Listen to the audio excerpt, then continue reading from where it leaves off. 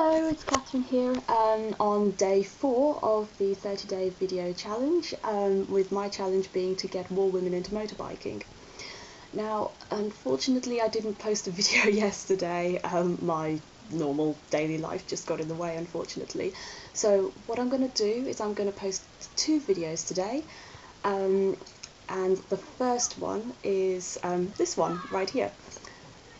So continuing on what I spoke about before, was 2 days ago, a video with a little story about a canary that wants to fly, and how that is similar to motorbiking. Today, for the first video, I want to talk about the most popular question of all. How does a girl get into motorbiking?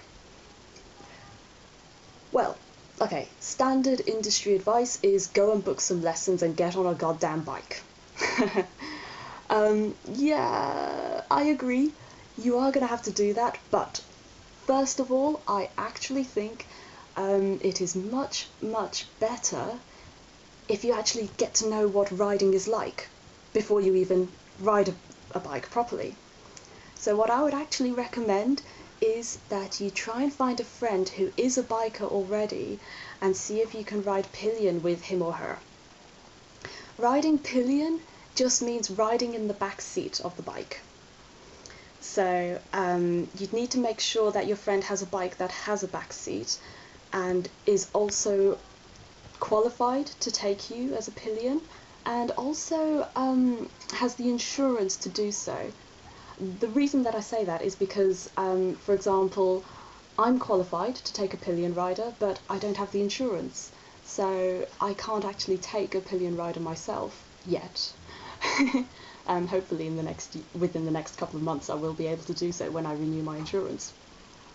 Now, the reason that I say it's important for you to be a pillion rider first is because that way you get a damn good feel for what it is like when you are actually riding. Okay, it's not exactly the same.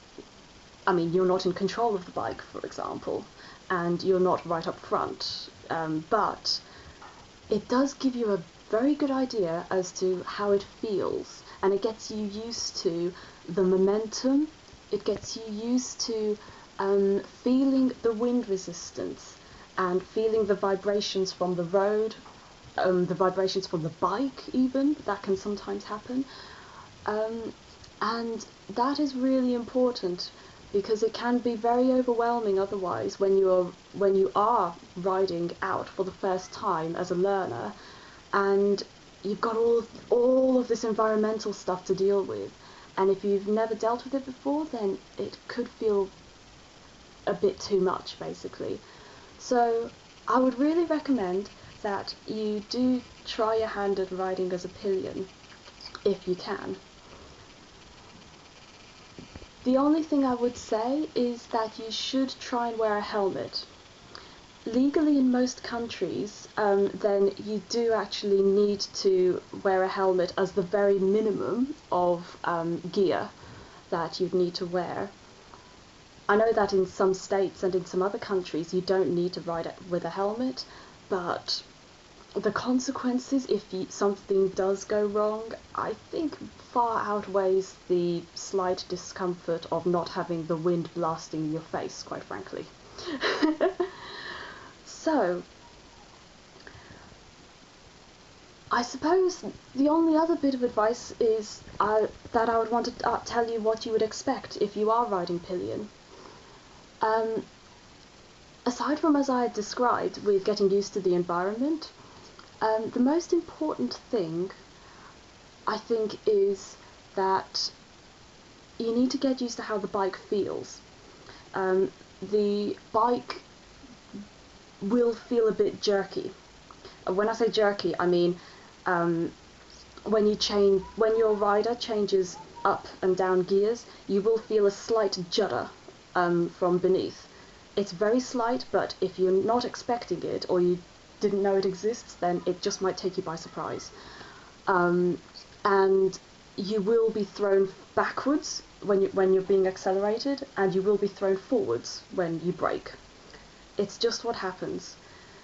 Now, I hope this doesn't put you off, because that's not what I'm trying to do here. I'm just trying to let you know what to expect, so that it's not too much of a shock when you do get to ride it for yourself. What I would say though is that it would be the most beneficial thing to try and get to either a motorway or a dual carriageway or a freeway or an autoroute or an autobahn, or just some kind of smooth, straight road.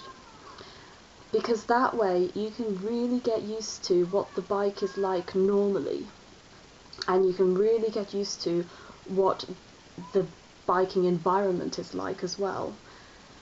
And that'll help you a lot, because knowing what the normal is should hopefully make you a bit more comfortable and more ready to be able to take on the sharp bends and all the cornering you will have to do probably as well.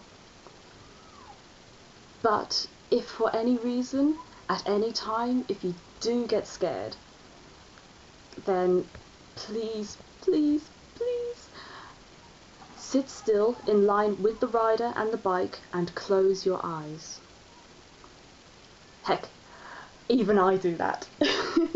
I have to tell you, my other half, he's a fantastic rider, don't get me wrong, he's brilliant, but he does like to throw his bike into the bend and corner much faster than I do, and sometimes it does scare me if I'm riding as his passenger, so I do find myself having to do exactly that. Just let him get on with it, just sit in line with him and close to him, and just close my eyes, because that way I know that I can just let him get on with it.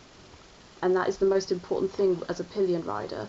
You just have to let your main rider get on with it for you. I sincerely hope that hasn't put you off, but it is highly recommended.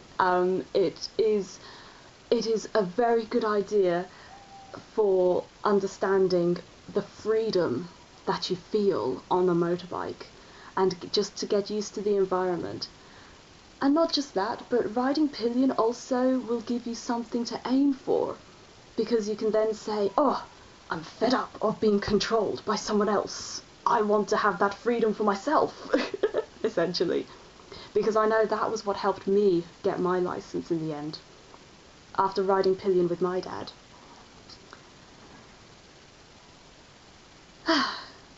Well now, that's going to be video 1 for today. I